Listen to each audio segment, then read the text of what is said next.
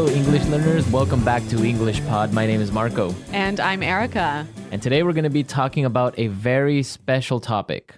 That's right. This topic was actually suggested by one of our listeners. Exactly. So keep those comments coming because we want to create lessons that you need, that you want. Exactly. So what are we talking about today? Today's lesson is about applying for a visa. A very, very important topic. Yes, and specifically, it's about a visa interview. Exactly. As you all probably know, when you apply for a visa, especially for the US, you have an interview Yes. where you have to answer some questions. Yes. And that's what we're going to be talking about today. So before we jump into the dialogue, let's take a look at vocabulary preview. Vocabulary preview. Okay, so let's talk about visa. Right. A visa, it's not a credit card. No, not Visa or MasterCard. No. So a visa is an official document that you get in your passport that allows you to travel legally to a country. Exactly. So with this document, you can go into a country. Okay, so we have different types of visas. Today, we're going to be talking about a B2 visa, Right. A B2 visa is a tourist visa. a tourist visa. Yeah. This is only for the United States. Other countries may have different classifications for their visas, but B2 is for the United States. Right. So, Marco, we use a tourist visa when we want to be a tourist and just travel in the US. What about a resident visa? Well, you can have a temporary resident visa. Like, for example, an F1. Yep. An F1 is for foreign exchange students Yeah. who go and live in the States maybe for a year or do a MBA for 2 years or 3 years. So that's an F1 visa. You can also get a J1 visa, Yeah. which is a temporary exchange visitor. Okay. So it could be to maybe do some temporary work for 2 or 3 months and then go back to your country. So basically, a resident visa allows you to live in that country. Yeah, you can live in that country legally for a determined time. Okay, so let's listen to our dialogue. Where are we going to be exactly? In this dialogue, we're going to hear two people, a visa officer and a person who's applying for the visa. Now, the person who's applying for the visa has an accent, right? Yes. But this is really good practice for helping you to understand people with different accents. Exactly. So let's listen to the dialogue and then we'll come back and explain all the great vocabulary.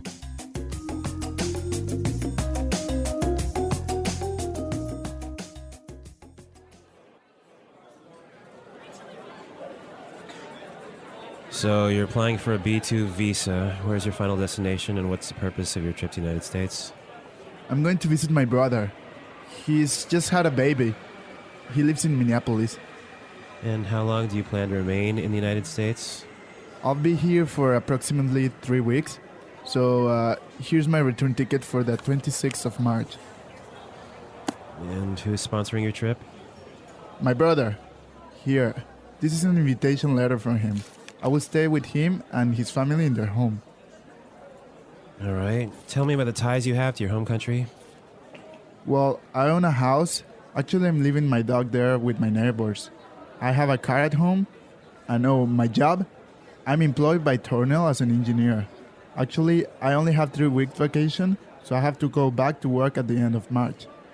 And what evidence do you have that you are financially independent? Well, I do have assets in my country. Like I said, I own a house and see, here's a bank statement showing my investments and my bank balance. I'm sorry, sir. We cannot grant you a B2 visa at this time. Instead, you are granted a resident visa. Congratulations! You are the millionth person to apply for a visa. You win! Congratulations!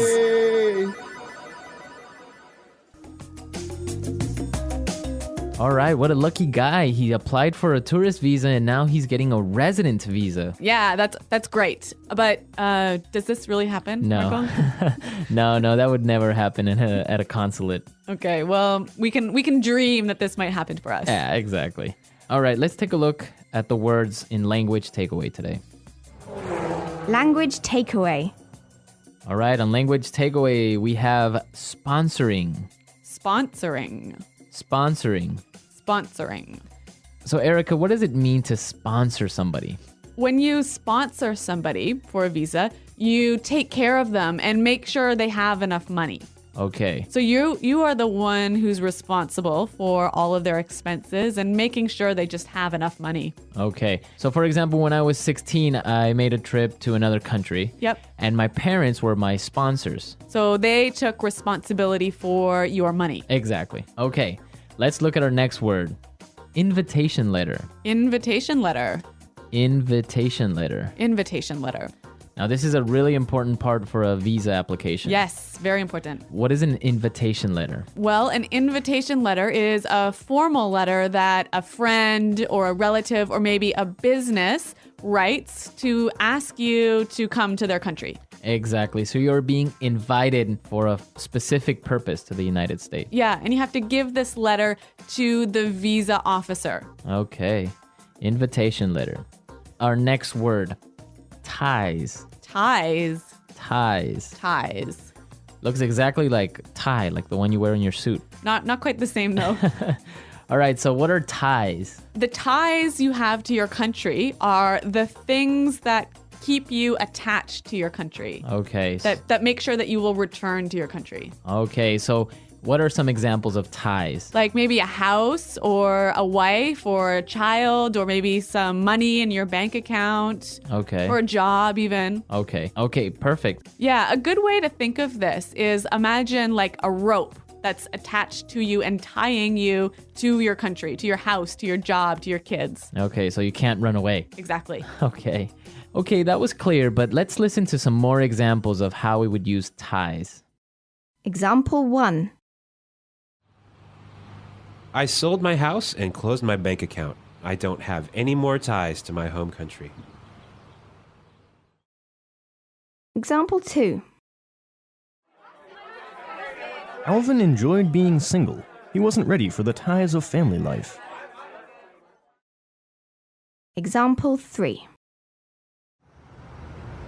Diplomatic relations have improved, and the ties between the two countries are stronger.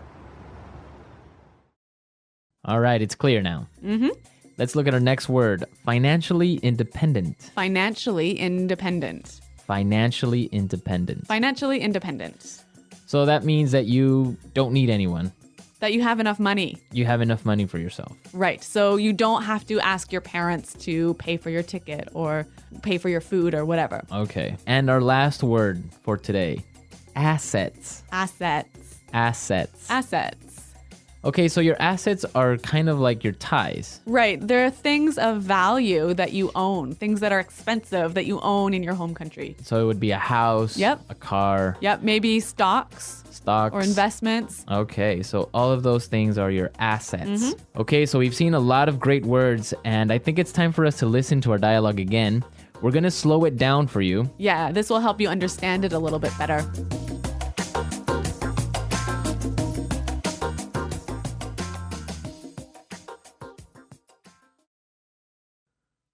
So, you're applying for a B2 visa. Where is your final destination, and what is the purpose of your trip to the United States? I'm going to visit my brother. He's just had a baby. He lives in Minneapolis. And how long do you plan to remain in the United States? I'll be here for approximately 3 weeks. See, here's my return ticket for the 26th of March. And who is sponsoring your trip? My brother. Here. This is an invitation letter from him. I'll stay with him and his family in their home. All right. Tell me about the ties you have to your home country. Well, I own a house. Actually, I'm leaving my dog there with my neighbors. I have a car at home and my job. I'm employed by Tornell as an engineer. Actually, I only have 3 weeks vacation, so I have to go back to work at the end of March. And what evidence do you have that you are financially independent? Well, I do have assets in my country. Like I said, I own a house. And see, here's a bank statement showing my investments and my bank balance. I'm sorry, sir. We cannot grant you a B2 visa at this time. Instead, You are granted a resident visa. Congratulations! You are the millionth person to apply for a visa. You win! Congratulations! Yay!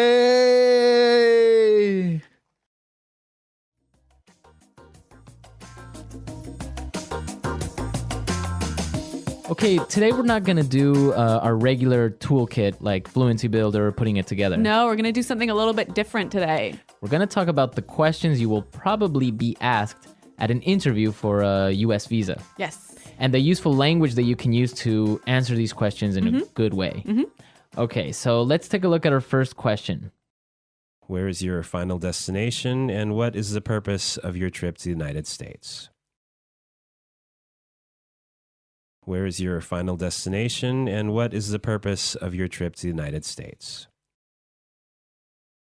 So this is probably going to be the first question the interviewer is going to ask you. Yeah. So, Marco, I know you have a lot of experience with U.S. visas. How should we answer this question?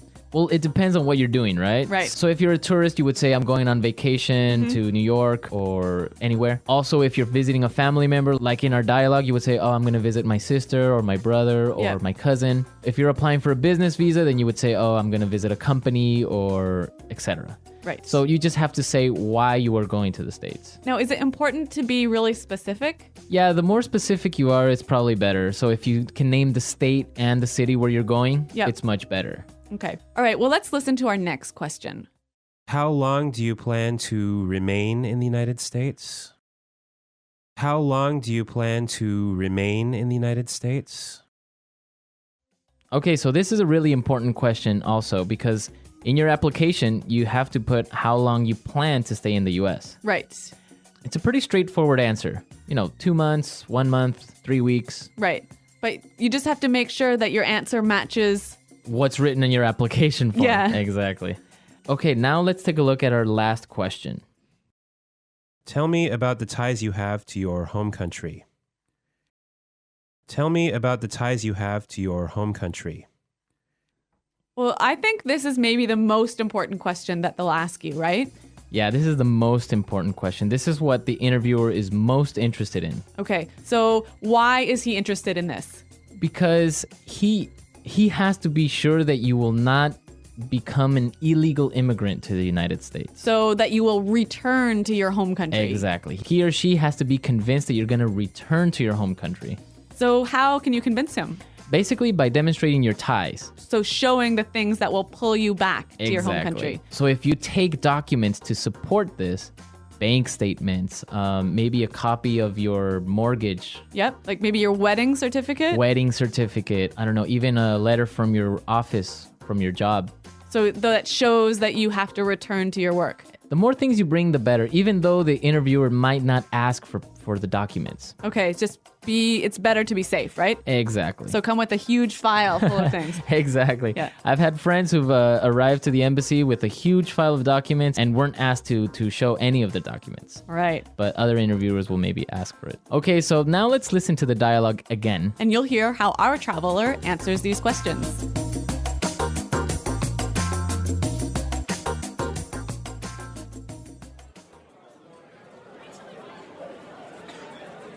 So you're applying for a B2 visa. Where's your final destination, and what's the purpose of your trip to the United States? I'm going to visit my brother. He's just had a baby. He lives in Minneapolis. And how long do you plan to remain in the United States? I'll be here for approximately 3 weeks. So here's my return ticket for the 26th of March. And who's sponsoring your trip? My brother. Here. This is an invitation letter from him. I will stay with him and his family in their home. All right. Tell me about the ties you have to your home country. Well, I own a house. Actually, I'm leaving my dog there with my neighbors. I have a car at home. And my job? I'm employed by Tornell as an engineer. Actually, I only have 3 weeks vacation, so I have to go back to work at the end of March. And what evidence do you have that you are financially independent? Well, I do have assets in my country. Like I said, I own a house, and see, here's a bank statement showing my investments and my bank balance. I'm sorry, sir. We cannot grant you a B2 visa at this time. Instead, you are granted a resident visa. Congratulations! You are the millionth person to apply for a visa. You win! Congratulations!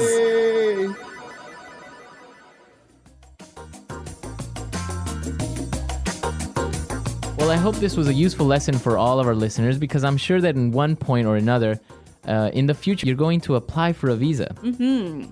So now you know all the language that you need to more or less answer all these questions that you're going to be asked. Yes. And Marco, I'm sure that people have already applied for visas for the US, right? Probably, yeah. And I want to hear from our users any stories that they have about applying for a visa. Yeah, that would be great. I know that I have some stories to share on the comments board. Mm-hmm. And we want to hear your questions and comments and any suggestions. So visit our website at englishpod.com, and Marco and I will be there to respond to you and answer your questions. Well, everyone, thanks for listening, and until next time, goodbye.